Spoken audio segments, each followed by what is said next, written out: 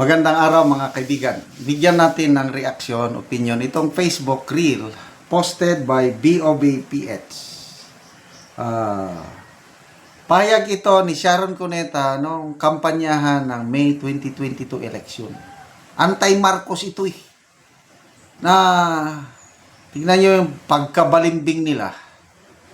Kagabi, nakaka-high blood. Sabi niya, Mr. President, you have my support. God be with you always. Tapos, Mr. President, nagkamali kayo ng choice ng Vice President. Okay ito, naglabasan ang mga pahayag niya noon. Pakinggan natin ito Kampanya ito Mas mabuti pa ang lugaw ni Leni kaysa yung nakaw ng iba. Sino yung iba? Marcos. I don't know kung maalala pa ni Sharon Cuneta itong pinagsasabi niya. Cuneta, pakinggan mo ito. Kung ang iboboto niyo po, sabihin na natin si BBM. Okay? Na hindi ko iniwan si Bongbong noon pa. Pero iba kasi yung kaibigan, iba yung may mga anak ka, mulat ka na, at alam mo na ang kailangan mong ipaglaban para sa bayan mo. Okay? If you vote for him and he wins, we will have another Marcos sitting in the presidency on the 50th year anniversary of martial law, which his father decreed.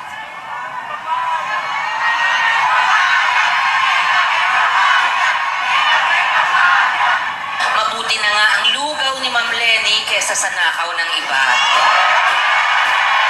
Make sure sa May 9, do not give your future away. Do not allow our country to be laughed at again by the world. Do not allow another president who does not deserve to lead. On May 9, we will bring back decency to the presidency. We will vote for the strongest woman I know, Leni Robredo. Isipin niyo po. Ulitin natin Sana mapakinggan ni Cuneta ito. Si BBM. Okay? Na hindi ko iniwan si Bongbong noon pa. Pero iba kasi yung kaibigan, iba yung may mga anak ka, mulat ka na, at alam mo na ang kailangan mong ipaglaban para sa bayan mo. Okay? If you vote for him and he wins, we will have another Marcos sitting in the presidency on the 50th year anniversary of martial law, which his father decreed.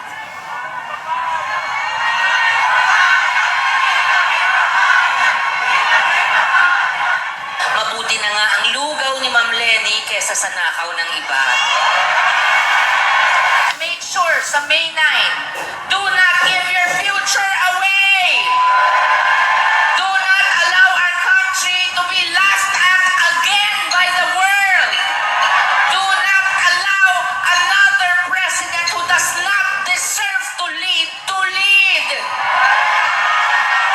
On May 9, we will bring back decency to the presidency. We will vote for the strongest woman I know, Leni Robredo.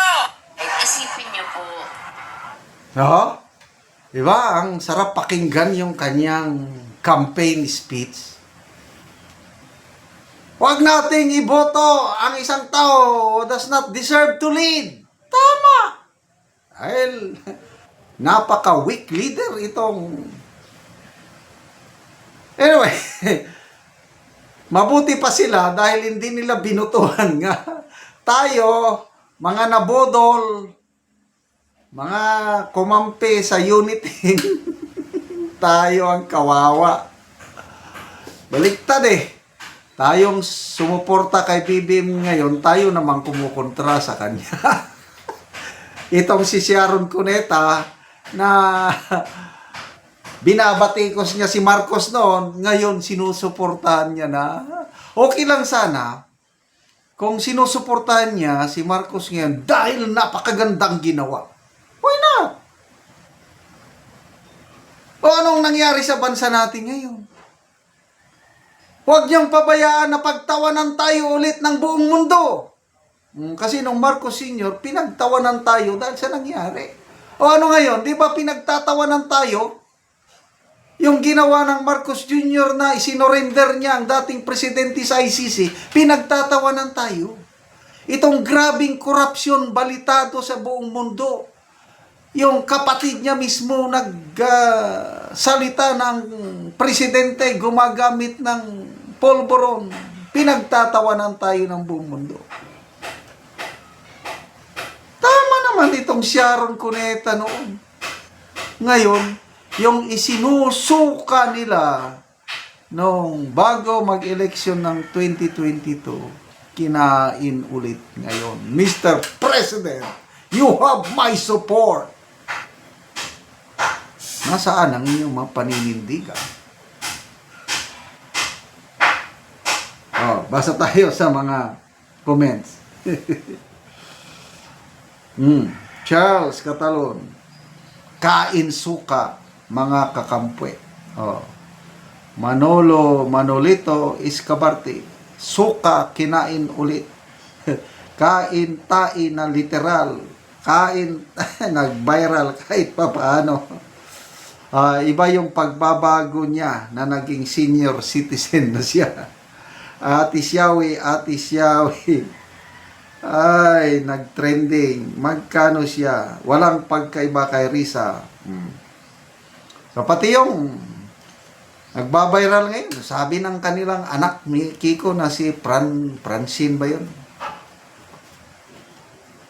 Hindi ako papayag na ang aking presidente maging Ferdinand Marcos again. Never. Nasaan na yung mga salita nyo noon? Anong sabi ni Kiko Pangilinan? Di tayo papayag. Papahukay natin yung bangkay ng Marcos Senior sa libingan ng mga bayani. Di siya yan karapat dapat. Ano ngayon? Wala na. Nasaan ang inyong prinsipyo? Mabuti pa si Attorney Juanson. True intro, anti-Marcos noon. Hanggang ngayon, anti-Marcos pa rin. Kasi wala namang nagawang maganda ang Marcos Jr. Okay lang na suportahan mo kung may magandang ginawa. Mas marami yung kapalpakan. Tapos, support. Anyway, wag lang. Ayun, nangyayari ito dahil sa sabi ng Sharon Cuneta na ito na nagkamali si Pangulong Marcos pagpili ng kanyang Vice President. Diyan kami nagagalit. Bawiin nyo yung salita na yan para matigil ang issue na ito.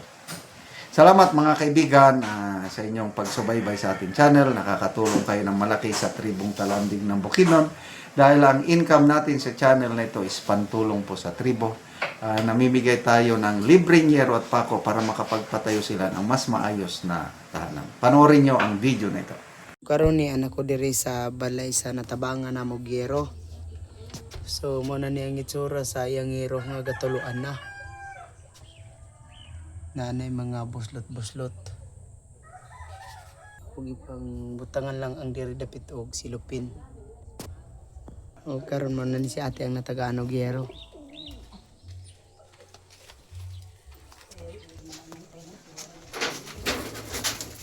Nani ang ilang balay. O karon te pila na ni katuig ang imong balay nga inana nang itsura nga nabuslot-buslot na tuluan akong ulan. Kagwalo na ni katuig ang among sin nga di ka kailisan. Oo. Salamat sa naghatag sa amo, sa mga vlogger, sa ilaa, sa among mga kuan, nagtabang sa amo nga makahatagan mo yung sin. So nga naman te sa gidugayon na nga walo na katuig ang inyong ato wala gid mo nakapuli. Sa kalisod wala gyud mi gaipalit og sin. Karon natagaan man mi og sin, makailis na gyud mi. Salamat kaayo. So unsa day ang trabaho sa imong bana te? Kuan ra, gaumara, Gaumara. O mura na iyang trabaho, magmuso gamay, mura na So kuan. tagpila po ang adlawan karon te sa magmuso? Tag 200 ra. Tag 200 ra. So isa lang ka tao ang magtrabaho. O isa ra. So naa pa ka estudyante te? Naa tulo. Tulo, so unsa na yung mga grade? Grade 11 ang isa, grade 8 ang isa o ang isa grade 4. So ang inyong kwarta makulang pa gyud sa Makulang pa kay daghan man among kuan kinahanglanon. So salamat kaayo. Salamat po salamat sa Ginoo sa pagtabang sa amo sa mga tao nga nagkuan sa amo nagiya nga mo hatagan mi og kinabangasin. Salamat. Salamat.